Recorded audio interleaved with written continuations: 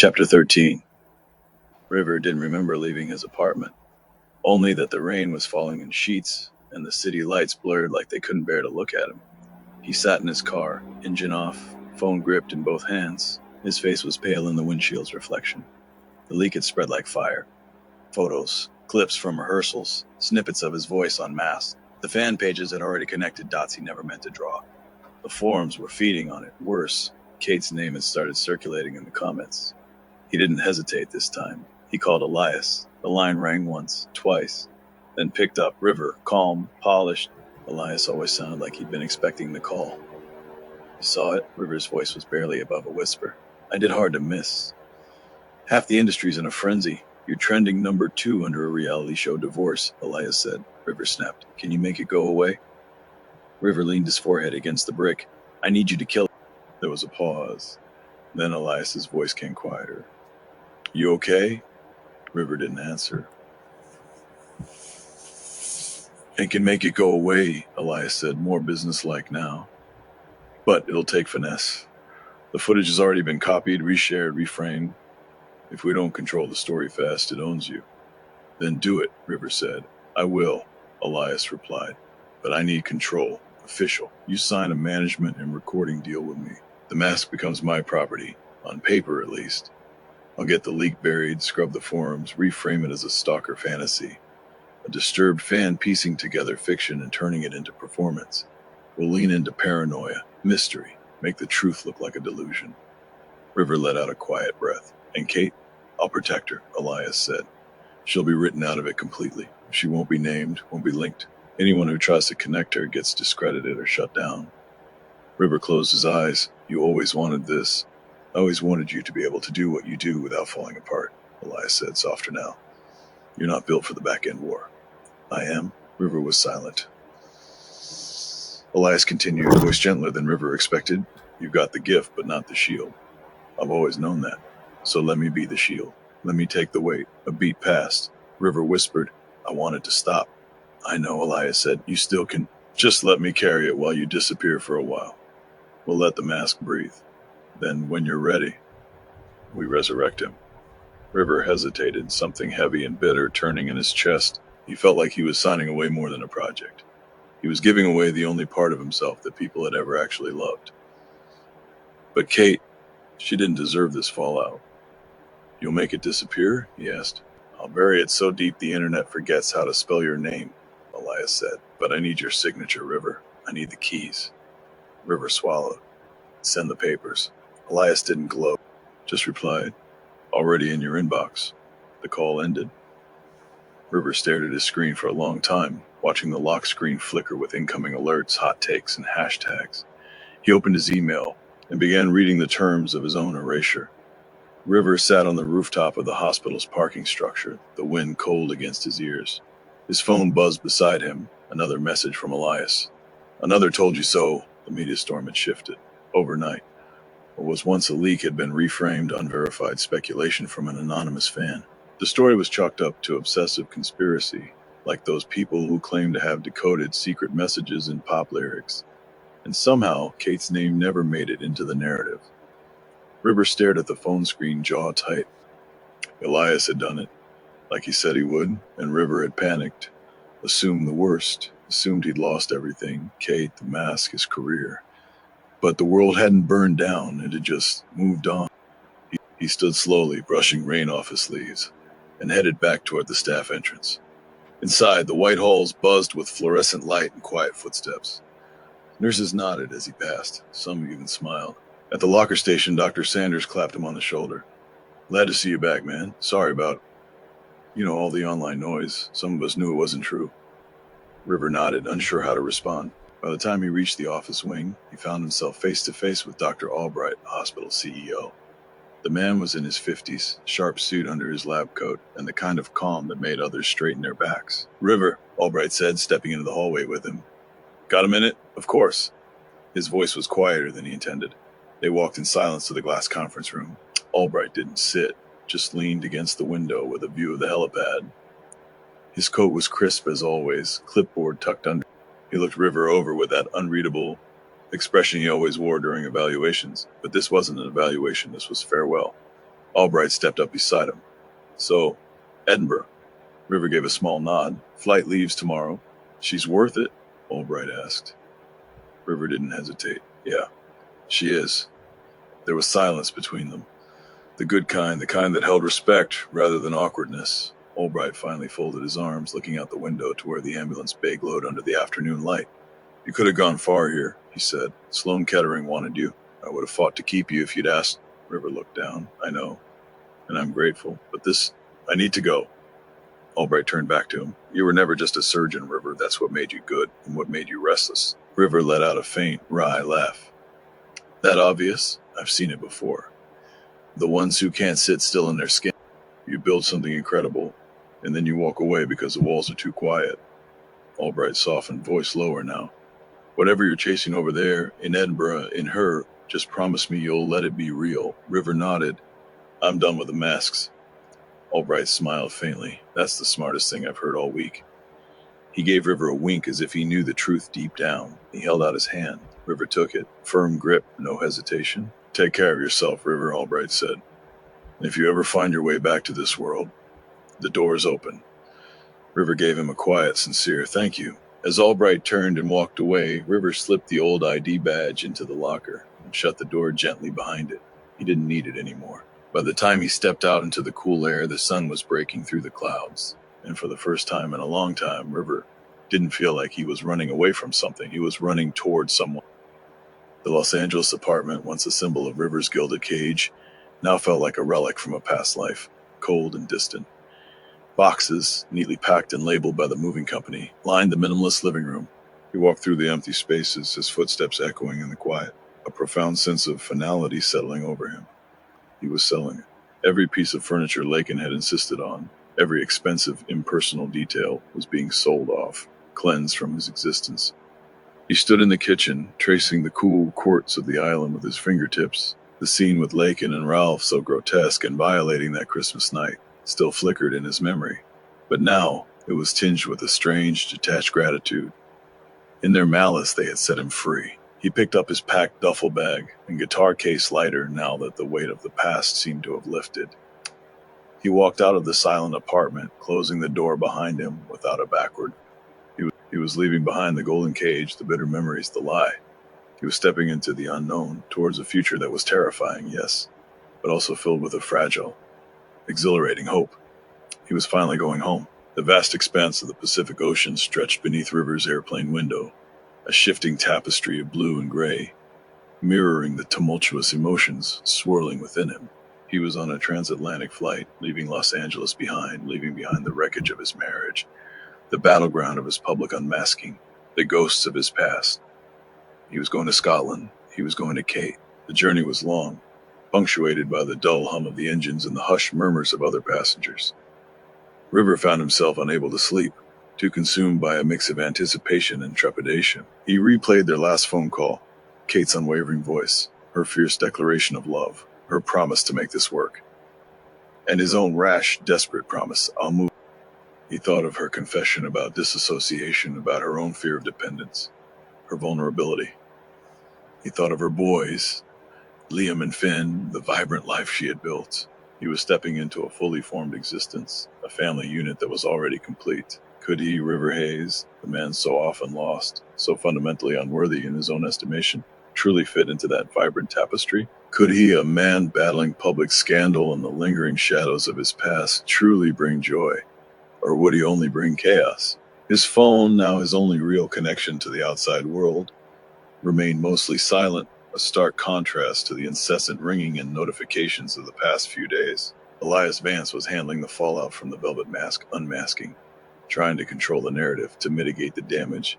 His lawyer was managing the final legalities of the divorce. River had detached consciously from the case.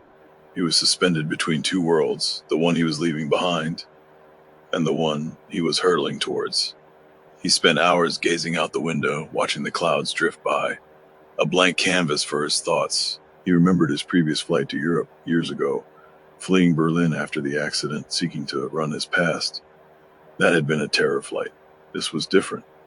This was a leap of faith, a desperate hope for a future he barely dared to believe in. He was still running, perhaps, from the pervasive fear of being alone, from the endless battle against his own demons. But this time, he was running towards something, towards Kate, towards the promise of a life where he could finally, truly be seen, be loved, be present. The thought was exhilarating and terrifying. He was going home, to a home he had only dreamed of, a home that felt both utterly foreign and profoundly right. Kate in her cozy, cluttered flat in Edinburgh, Scotland. Kate moved with a quiet agitation that belied the cheerful chaos of her two young sons. River was due to arrive tomorrow. The anticipation was a potent, overwhelming force. She loved him, fiercely, unequivocally. His raw, desperate email, his confession of love, his unworthiness, his plea. It had torn down her remaining walls, revealing the depth of her own enduring affection. And his promise, so rash, so beautiful, if we can make this work, I'll move to Scotland. But as the hours ticked by, a familiar cold dread began to creep in, whispering doubts in her mind. It wasn't about her love for River. That was absolute. It was about his world. The public storm surrounding the velvet mask unmasking had reached even distant Scotland, a relentless barrage of headlines and online speculation. Attic revealed, mental breakdown, fraud. The world was consuming him, reducing him to a sensationalized headline. Kate was terrified. Not of River, but for him, and for her boys. The sheer scale of his public exposure, the relentless pursuit of his identity, the malicious narrative that Ireland had so expertly crafted, it was a threat she barely understood. Her world, while full, was quiet, private. The thought of that chaos, that relentless scrutiny invading their peaceful haven, made her heart pound. She thought of her own parents, good people loving in their own way, but their relationship had been a quiet struggle, a subtle undercurrent of unspoken disappointments, passive-aggressive silences. Her mother, outwardly stoic, had privately yearned for a deeper connection from her father, who, though dependable, was emotionally distant. Kate had witnessed their unspoken yearnings, their inability to truly bridge the emotional chasm, and it had instilled in her a profound fear of dependence, a fear of needing someone so completely, only to be left wanting, to be left alone with unfulfilled desires. She was afraid of vulnerability, of being hurt by the very intensity of love. That fear had made her pull away from River once, after that night. It had made her choose Christopher, a good, kind man, but one who didn't demand the same profound, overwhelming connection. He was safe, predictable. He didn't stir the depths of her soul in a way that terrified her. Now River was coming, and he was everything Christopher wasn't. He was raw, intense, deeply wounded, demanding an emotional presence that both thrilled and terrified her. He was a force of nature, pulling her out of her safe harbor. She knew he loved her irrevocably, and she knew he was fighting his own demons, his lifelong sense of unworthiness. But she was also terrified of losing him again, terrified of her own capacity for pain if this profound love, this passionate connection, somehow crumbled under the weight of his exposed life. She was afraid of her dependence on him, of needing him, only to have the public chaos or his own lingering darkness pull him away again, leaving her broken. She was a mother now, with two innocent boys depending on her. She had to protect them, and the thought of River's fame, his scandal, threatening their peace was a cold, insistent fear she couldn't shake. The memory, though 15 years old, felt as fresh and raw as if it had happened yesterday. Kate sat by her window, looking out at the gray, misty Edinburgh morning, the anticipation of River's arrival mingling with a profound, almost aching nostalgia. Her mind drifted back to Berlin, to that last unspoken goodbye. It was a warm summer day, the air thick with the scent of blooming linden trees and distant coffee. River had arrived at her doorstep, a ridiculously oversized, slightly lopsided chocolate cake in his hands, its sugary aroma filling her small apartment. He'd been awkward, nervous, his blue eyes searching hers with a hopeful vulnerability that both thrilled and terrified her. "I brought you a cake," he mumbled, his cheeks flushed. Kate remembered the conflicting emotions swirling within her, a fierce joy that he finally, explicitly, wanted, and a paralyzing fear. He was leaving. He was going to America, to a new life, to a future that felt impossibly far away. She loved him. Oh, how she loved him. With a raw, fierce intensity that was both exhilarating and terrifying. Their connection was profound, unlike anything she had known. He saw her, truly saw her, in a way no one else ever had. He understood her quiet anxieties, her artistic soul, the messy parts of her she hid from the world. She, to this day, couldn't stomach a chocolate cake, but that intensity also triggered a deep, primal fear that had been instilled in her by her parents' strained relationship. Her mother and father, good people, kind even, but fundamentally mismatched, had inhabited a world of unspoken disappointments. Their love was a quiet compromise, a gentle sadness. There were no explosive arguments, no dramatic fights, just a slow, quiet erosion of joy, a pervasive lack of deep connection. She had witnessed her mother's silent yearning for a love her father couldn't give, the profound loneliness in her eyes despite being married. It had taught Kate that dependence, especially emotional dependence, was a treacherous path. To love someone fiercely, to need them deeply, only opened the door to a pain that could break you. And River ignited that terrifying passion within her. He made her feel profoundly.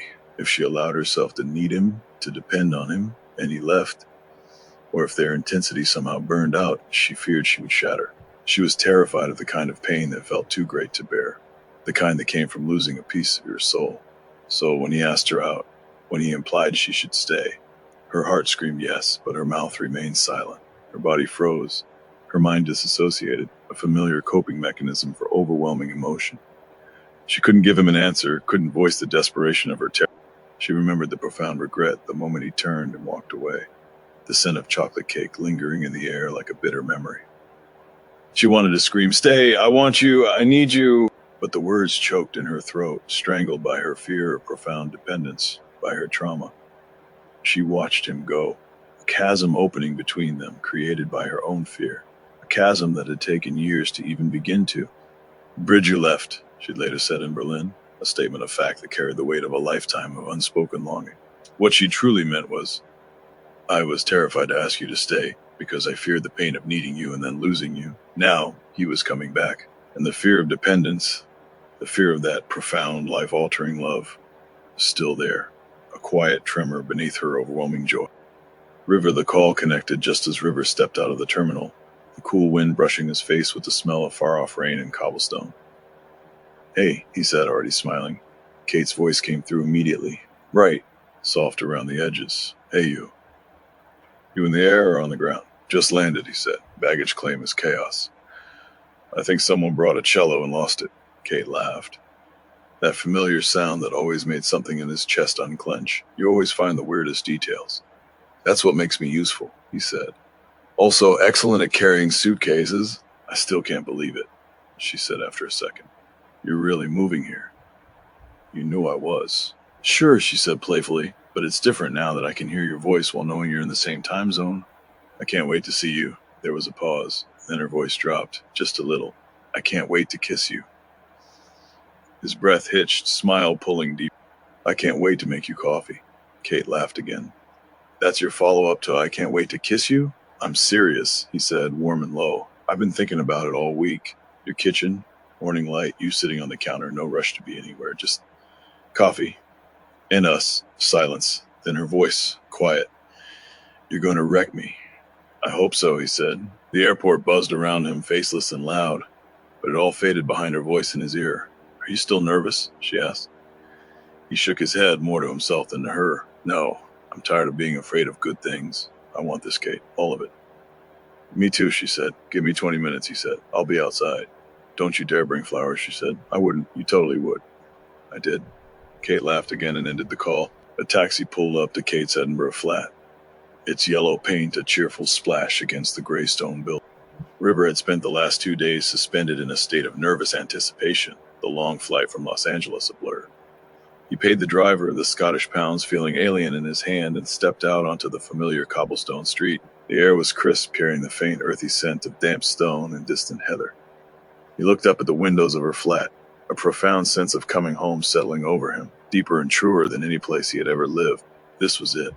Culmination of years of longing, of unspoken truths, of relentless fighting for a future he barely dared to believe in. His heart pounded, a frantic drum against his ribs. But this time, it was with pure, unadulterated anticipation. He walked to the front door, his hand trembling as he reached for the knocker. He had no plan, no words prepared, just the overwhelming desire to see her, to hold her, to finally, truly be present. The door opened. Kate stood there, framed by the warm glow of the hallway light, her dark hair falling softly around her shoulders. Her eyes, those impossibly familiar deep green eyes, were wide, luminous with unshed tears. She wore a simple soft sweater, and a faint smile touched her lips, trembling slightly. The joy in her face was so raw, so pure, it stole River's breath away. "River," she whispered, her voice choked, barely audible. The single word held a lifetime of longing, of fear, of unspoken love. He didn't speak. He couldn't. He simply dropped his duffel bag and guitar to the ground with a soft thud, a silent shedding of his past burdens, and stepped forward, closing the distance between them in a single, desperate stride. He reached for her, his hands cupping her face, his thumbs gently brushing away the tears that now streamed down her cheeks. Her hands rose, trembling, to cup his face in return, her fingers tracing the lines of exhaustion, the subtle scars he carried. Her eyes searched for him, seeing past the weary exterior, past the public scandal, past the unmasking of the velvet mask, straight into his soul. And in her gaze, he saw only love, acceptance, and a profound understanding. Then, with a shared silent sigh, they simply melted into each other. He pulled her close, his arms wrapping around her, holding her as if his life depended on it. Her body, soft and yielding, molded against his, her arms circling his waist, holding him just as tightly. He buried his face in her hair, inhaling the familiar scent of roses and something uniquely Kate, a scent that had haunted his dreams for 15 years. It was a kiss of profound relief, of long-awaited solace, of a love that had defied time and distance and endless obstacles. Her lips were soft, yielding, responding to his with an intensity that made his world spin. It was the kiss of two souls finally finding their way home, of two broken pieces finally fitting together.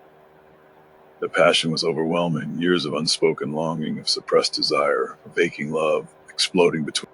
It was a kiss that promised forever, a promise of a future where he would no longer run, where he would finally be present, truly present for her and for himself. The world outside, with its noise and its chaos, simply vanished. There was only Kate and River, home. The door closed softly behind them, shutting out the cool Scottish night, shutting out the world. River and Kate stood in the hallway, still locked in their embrace, their breaths mingling, their hearts beating a frantic, synchronized rhythm. The raw passion of their reunion at the doorstep had ignited a fire that consumed them, erasing the years of separation, the pain, the uncertainty. Kate pulled back slightly, her eyes luminous, searching for him. "River," she whispered, her voice husky. "I can't believe you're here. You're actually here." She reached up, her fingers gently tracing the lines of fatigue and grief etched around his eyes. "I promise," River replied, his voice thick with emotion, his gaze devouring her. "I told you I'd come, or I had to." He pulled her closer again, needing her warmth, her very presence as a balm to his raw soul. The scent of her hair, the softness of her skin against his, the familiar comfort of her embrace. It was everything he had yearned for. They moved through the apartment like two people discovering a forgotten language, their hands clasped, their steps uncertain, but drawn by an irresistible magnetic pull. The apartment was cozy, cluttered with books and art supplies, a comfortable lived-in space that spoke of creativity and children. It was a stark contrast to the sterile emptiness of his Los Angeles apartment, a welcome embrace of warmth and life. They ended up in her bedroom, a sanctuary bathed in the soft glow of a bedside lamp. No words were needed. Their eyes spoke volumes, a shared history of longing, of pain, of a love that had never truly died. Slowly, tentatively, their hands reached out, rediscovering familiar curves, tracing the landscape of each other's body. It was a dance of tenderness and fierce desire, a rediscovery of a connection that had been severed for too long. His scars, visible and invisible, were met with understanding, not judgment. Her vulnerabilities, her fear of dependence, were met with gentle reassurance, not pressure. Kate reminded him to lock the door behind them since the boys were home. Once it latched, the world outside ceased to exist. River's hands were on her before she could even catch her breath, firm, urgent, but careful, as if trying not to shatter something precious. Kate's fingers tangled in his hair, pulling him closer, as their lips met in a fierce, searching kiss that spoke of months lost, of nights spent aching apart. His mouth was demanding and tender all at once, a mix of raw hunger and deep, aching need. They moved together like a single pulse, urgent and slow, fierce and gentle, clothes peeled away in a silent confession, skin on skin, warmth blooming where cold had settled for too long. Every scar on River's body told a story, but in Kate's hands, they became marks of survival, of battles fought and won. Her own hesitations melted beneath his touch. The walls she'd built crumbled with each whispered word, each heated glance. Their breaths mingled in the dim light, broken only by soft gasps and the sound of fingers tracing lines along familiar curves. It wasn't just desire, it was a reclamation, a fierce reclaiming of what was always theirs. He held her like she was the only thing worth holding on to, and she surrendered finally to the fire that burned between them. Fierce, unyielding, and beautifully, desperately alive. The moment the door clicked shut behind them, the world outside ceased to exist. River's hands were on her before she could even catch her breath, firm, urgent, but careful, as if trying not to shatter something precious. Kate's fingers tangled in his hair, pulling him closer as their lips met in a fierce, searching kiss that spoke of months lost, of nights spent aching apart. His mouth was demanding and tender all at once, a mix of raw hunger and deep aching need. They moved together like a single pulse, urgent and slow, fierce and gentle. Clothes peeled away in a silent confession, skin on skin, warmth blooming where cold had settled for too long. As the hours melted away, they found themselves tangled beneath soft sheets again, hearts beating in a steady rhythm. The profound intimacy of their connection, a powerful anchor in the stormy sea of River's life. He felt her breath soft against his skin, her hand resting on his chest, her heart beating in unison with his. For the first time in what felt like an eternity, River felt completely at peace. He felt safe. He felt truly seen. He felt home. And as the first hint of dawn began to paint the Edinburgh sky, casting soft shadows over their tangled limbs, he knew that this wasn't just a moment. It was a beginning, fragile but real, a rebirth of his soul, finally unmasked and profoundly loved.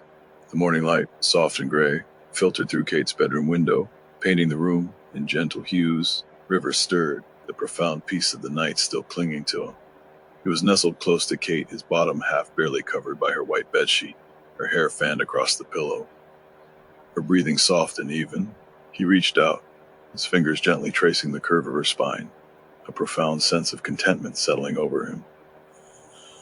For the first time in years, he had truly slept, deeply and without the torment of nightmares. A faint sound drifted from beyond the bedroom door, a childish giggle, followed by a muffled thud. Kate stirred, her eyes fluttering open. A soft smile touched her lips as she saw him, her gaze filled with love and a hint of playful apprehension. "Morning," she murmured, her voice a little husky. "Sounds like the boys are up. This is it, then." River felt a knot of nervousness tighten in his stomach. He was the velvet mask to millions, a doctor in training, a man who had faced down addiction and betrayal. But meeting Kate's sons, stepping into this new, profound role, felt like the most terrifying and exhilarating challenge he'd ever faced. He wanted them to like him. He wanted to be a good presence in their lives. He wanted to be present. "Ready?" he asked, his voice a little rough. Kate squeezed his hand.